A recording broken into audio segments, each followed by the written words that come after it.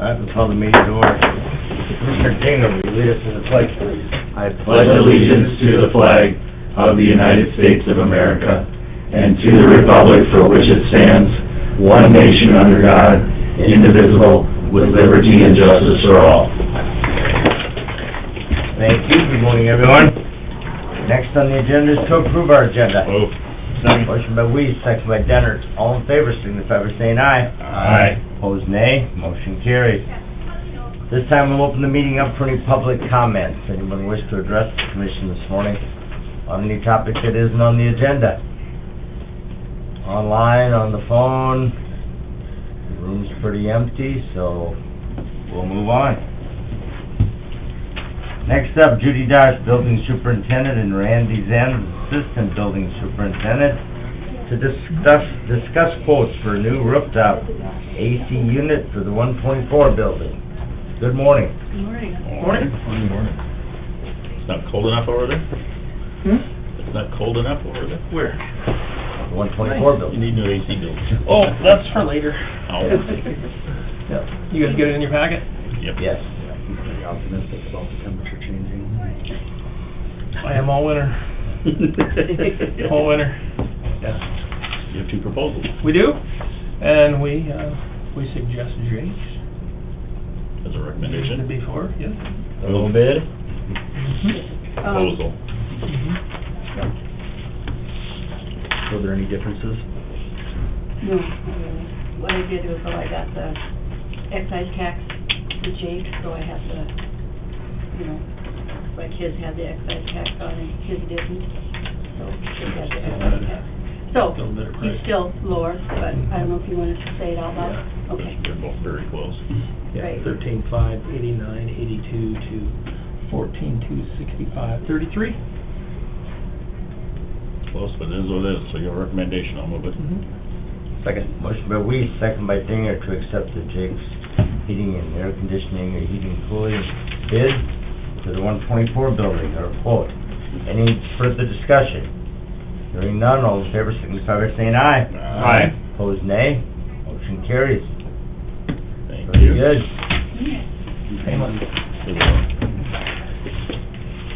Somebody look at that door down there, the entrance one, the handicap one, it's really slow and doesn't The automatic part doesn't open, so. Yeah. When you get a chance, don't hurry. Randy, will you get me the new total? Yes. Thank you. All right, next up, Gene Letsky, Director of Equalization, to discuss his 2026 assessment plan. Good morning, Gene. Morning. Property tax, and it's been the news this summer, The new buzzword. the new buzzword. I don't know if you have, anybody has some of these, if you want to pass them around. I see Mike has got one over there.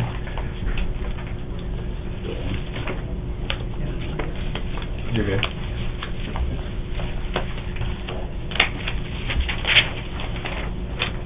Okay, first off, this summer and year was pretty much trying to figure out how we're gonna handle Senate Bill 2216.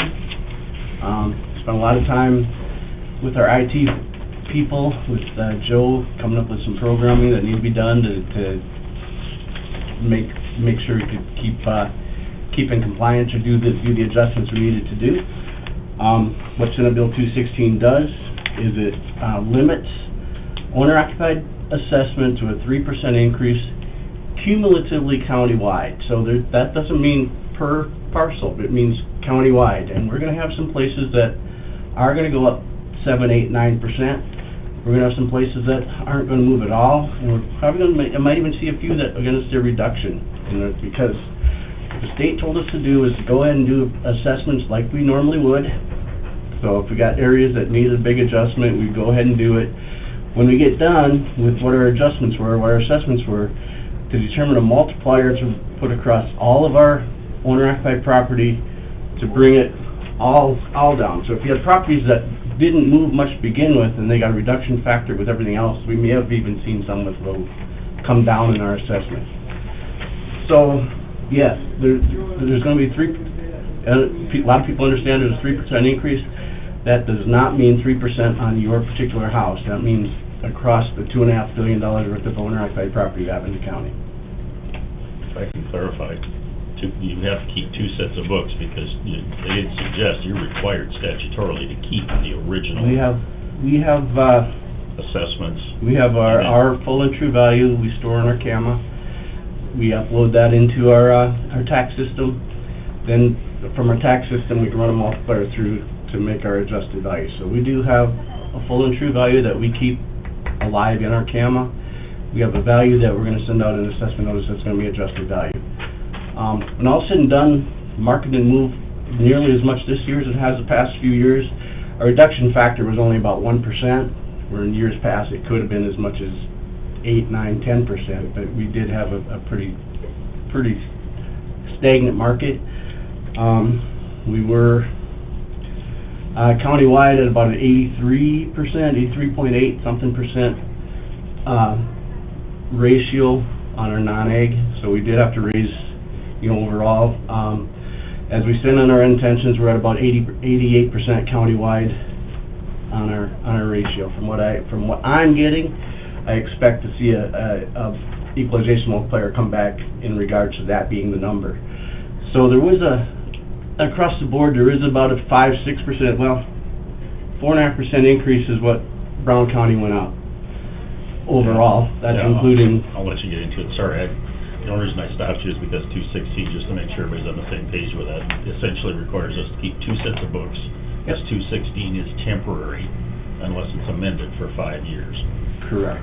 So Yeah. the original statutes that require the actual assessments is still in place and still need to be complied with. There's a five-year sunset on 216? Yep, it is, 2032 will be the last year that's in statute so far, unless something happens to either extend it or truncate it or whatever happens. Something will happen. We're just not sure what. Well, there's one bill in to change the 3 to 5%. We'll see where that goes. And that would be the growth amount that can be, 216 limited growth that counties or whatever taxing entity can use to a 3% cap as far as what you use for your growth amount for your budget. Counties, and Brown County's almost never been over 3%. City of Aberdeen occasionally will get to 3% or whatever. This year they got it to 4%, but that's with some TIFs coming off and some things like that. What the bill you're talking about is to raise that cap, that growth cap from 3 to 5%. For that. And that would be counties like Lincoln County, Minnehaha County, some of those that have been getting 8, 9% at a time were really feeling the crunch at a 3% cap, or thought they were, or felt they are. There's a bill there to at least raise that limit to a 5% cap. Thanks. Sorry to interrupt you, but just for informational purposes to keep the details. The biggest thing, and also, there's a 3% cap on owner-occupied, but they still left the caveat that you have to be at 85% of market value, an 85% ratio. So if a county, if 3% didn't get you at an 85% ratio, the state made you raise above that to get to your 85% ratio. So really, in the end, everybody's taxed at 85% anyway, whether you're at 88 and reduce to 85, if you're at 85 and stay there, if you raise to 95 and back to 85, we're really kind of doing the same thing we ever did anyway. It's just that the assessments look better going out at 3%. Probably the best thing that came out of it was the change of the senior freeze criteria. And we want to make sure our folks back here get the news out.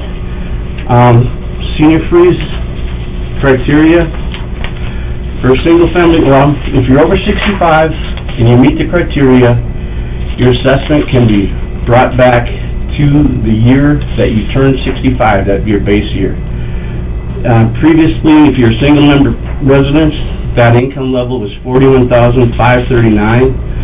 It was raised, SB 216 raises that to $56,595. Multiple members was $53,439. SB 216 raises that to $66,885. Also, qualifying structures used to be if you were over 391, you couldn't qualify. That qualifying structure is raised now to $514,500. So hopefully we're taking care of some of our seniors that that we've been hearing, talking about getting taxed out of houses and things like that, you know, some more of them, provide a little more relief to some more of those folks. And want to make sure we got some people that are in that group and go ahead and get them qualified. That was probably a bigger deal right now than the 3% cap, because that kind of, I don't know, some smoke and mirrors with that, I think.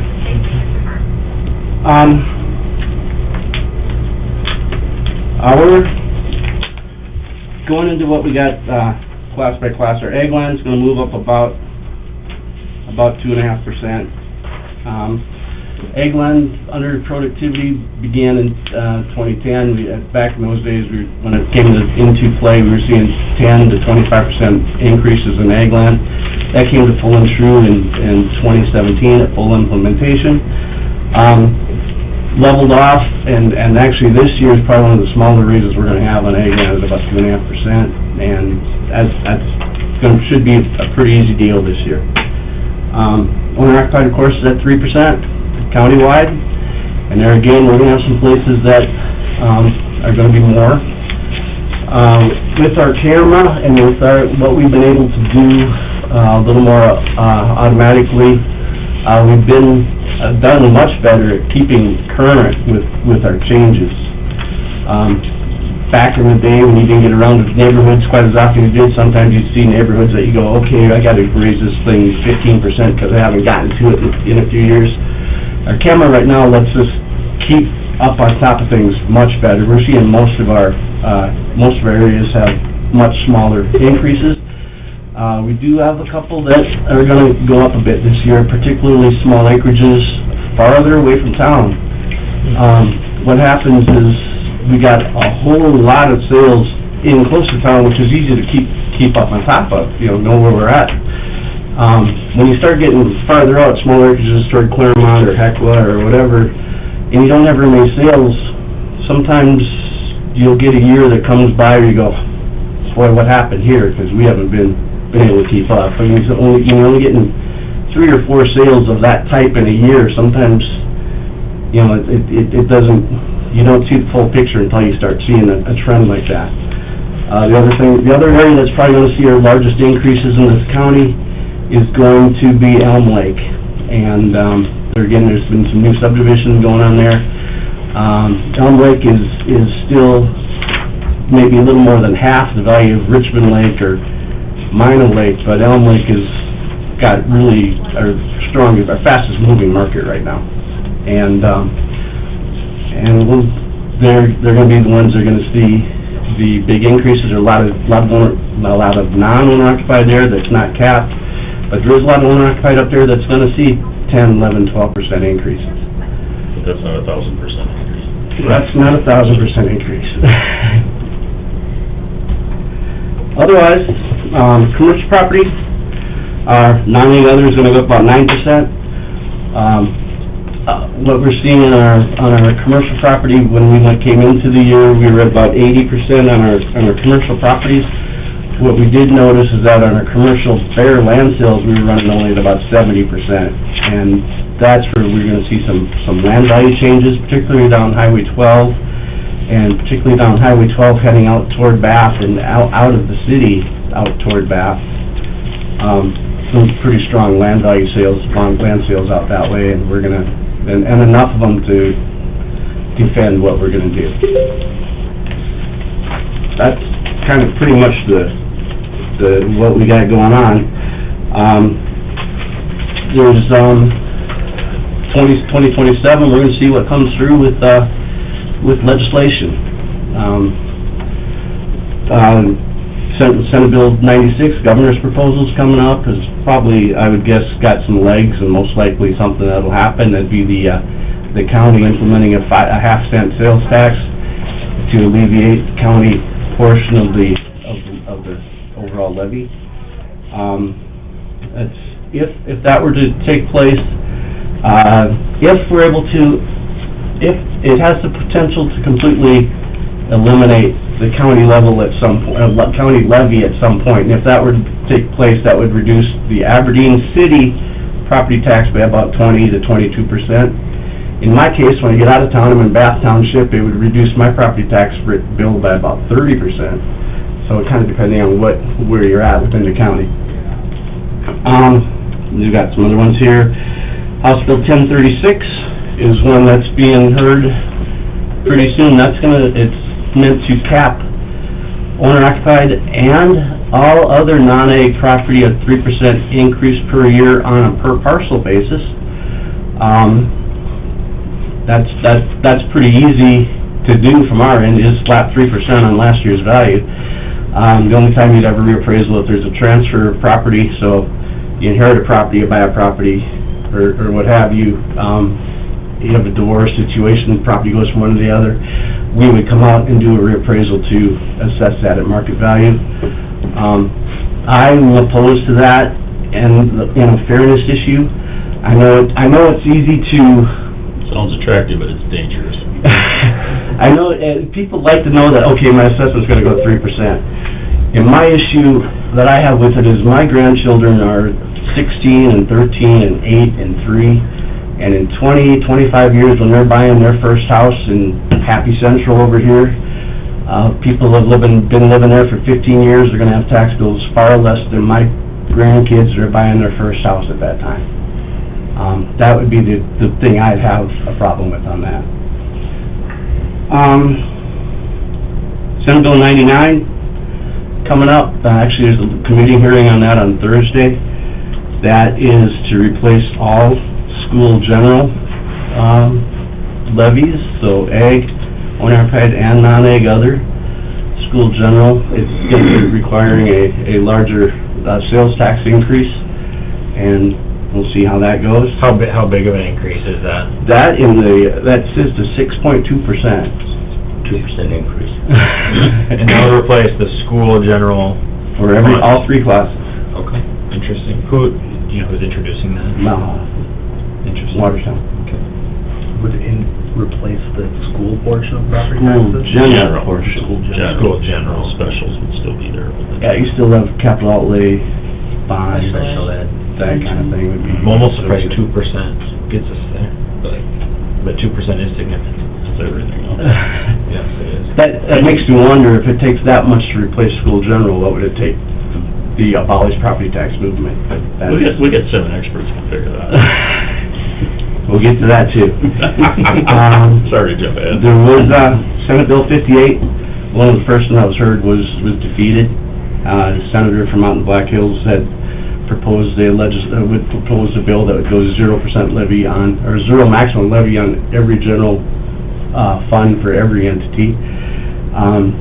When they asked him, what would be the replacement funds, he gave no answer. He said he didn't bring an answer because in the past, when this has come up, there's always been some committee or some group of people that shot down the answer that would be the option. You're not cutting services, you're simply cutting a funding source. So what his answer was that he gave no answer, and if we passed this 0%, he would put together a committee that would resolve the problem, and they would, being that we had a 0% and the emergency was on to get the funds, somebody would come up with an idea. I think what that actually does is he actually exposed the truth here, and that maybe there is no other answer. I don't know, maybe that's the deal. Maybe the fairest tax is the one that everybody hates. With that, probably the one thing I'd like to close again, just to make sure, let's get out again, that we have a chance for a lot more seniors, low-income seniors, to qualify for a tax freeze. That's probably, to my mind, that's probably the most important thing that came out of Senate Bill 216, and kind of go from there. Very good. Very, very well done synopsis. Thank you. For informational purposes, we have a fairly large property that the discretionary formula is coming off. You want to visit about that for just a moment? We do. For everybody's information, We have, even if you don't. a couple weeks ago, we passed a resolution to take off our 0% owner, our 0% discretionary on industrial in downtown, development district, the downtown historic district. What 0% discretionary does is, gives you 5 years of no tax on any new construction. No addition on the increment. The discretionary, regular discretionary is a 20, 40, 60, 80 incremental increase on new construction. When the state looks at us, they expect discretionary to come on at 20, 40, 60, 80 increments as far as a local effort for schools. So when we're at a point where we're supposed to be at 80% added onto a value, or 100% added onto a value, and we're still at 0, they see that as a shortage of our local effort. And so they don't, the property tax replacement doesn't come to meet that entire portion. We come up this high, the state thinks we should come up this high, so the state's only gonna come down to this far, and so we have to come up with this in what's called a TAD levy. TAD stands for TIF, abatement, and discretionary. And AGP had a $60 million assessment that just came off the discretionary for the 2025 assessment year.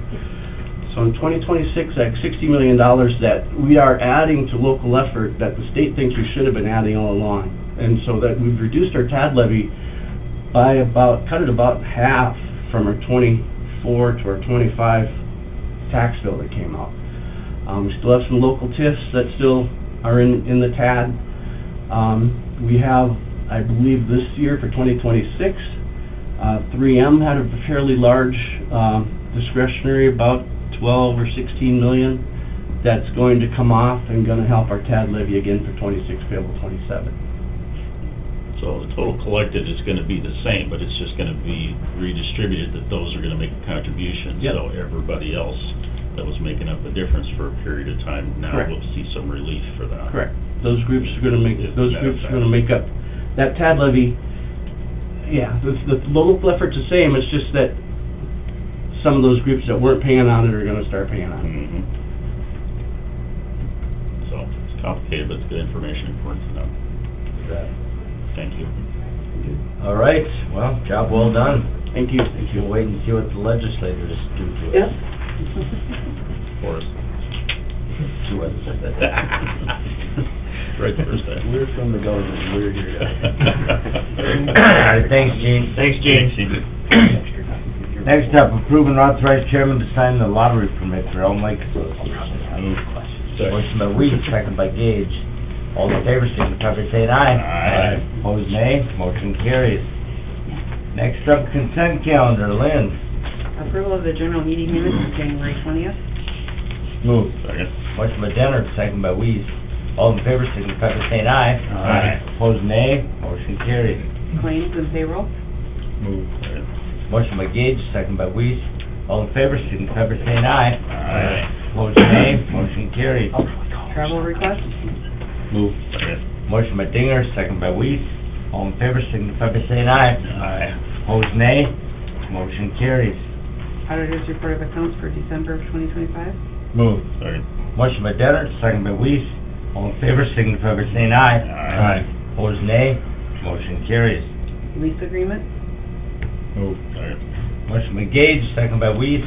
All in favor, signify by saying aye. Aye. Opposed, nay. Motion carries. Zoning ordinance, set the hearing date and authorize advertising.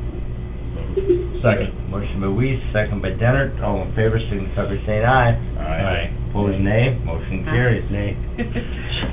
Nay. Abstain. Abstain. I heard him the first time. Abstain. I heard him the first time. And final plat for Lamont 13th edition. Move. Second. Motion by Weiss, second by Denner. All in favor, signify by saying aye. Aye. Opposed, nay. Motion carries. I misapproving those claim assignments. Sure you did. Yeah. All right, any other business come before the Brown County Commission this morning? Scott? Yeah, can you give us an update on the wind energies, the project? I know you were talking about maybe doing an ordinance We were, guidelines maybe we as were early as hoping today. to have that done today. We're still working on some language that, I think maybe getting close to finalized. I sent you guys a draft, last week, Okay, yep, and then we've I been working on that. just now forwarded it to each of you guys individually, just to have another set of eyes, Oh, okay. so then we can get it up on the website and put it on an agenda at some point in the next few weeks. We'd like to have it on the website for review for at least a couple of weeks, Fair but enough. it is a work in progress, and we keep tweaking it to try and cover all The of only reason I it. brought it up, is Yep. I know you brought it out in the agenda a couple of weeks back, talking about maybe getting it addressed Yep. at the end of the month, and so. Our original plan was to have it on the agenda for today, and as you just heard, Yep. we'll review the latest draft and see what it looks like, so. Thank you for bringing that up. All right, any other business for the commission this morning? We've had a request to go into executive session for contracts and personnel. Move. Nothing, okay, motion by Weiss. Second by Dinger, all in favor, signify by saying aye. Aye. Opposed, nay, motion carries. We are back in session and out of exec with no action as a result. Is there anything else to come before the commission this morning? Reach out to your legislators with the bills that the auditor has asked us to ask them to support. Keep an eye, we've got a briefing this afternoon at 4 from SDACC, legislative update, so I'll know more then. Communication Council at 3 o'clock today. Thursday at 3. Okay. That's what I thought. I was gonna wait till after we were done to ask, Oh. when you said Thursday, because I was way, I'm not on it. I'm off by 2 days if that's Okay. the I'm not on it, case. so I don't. Anything else to come before the Yeah. commission? Motion to adjourn. Second. Motion by Dennis, second by Weiss to adjourn. We are adjourned, thank you.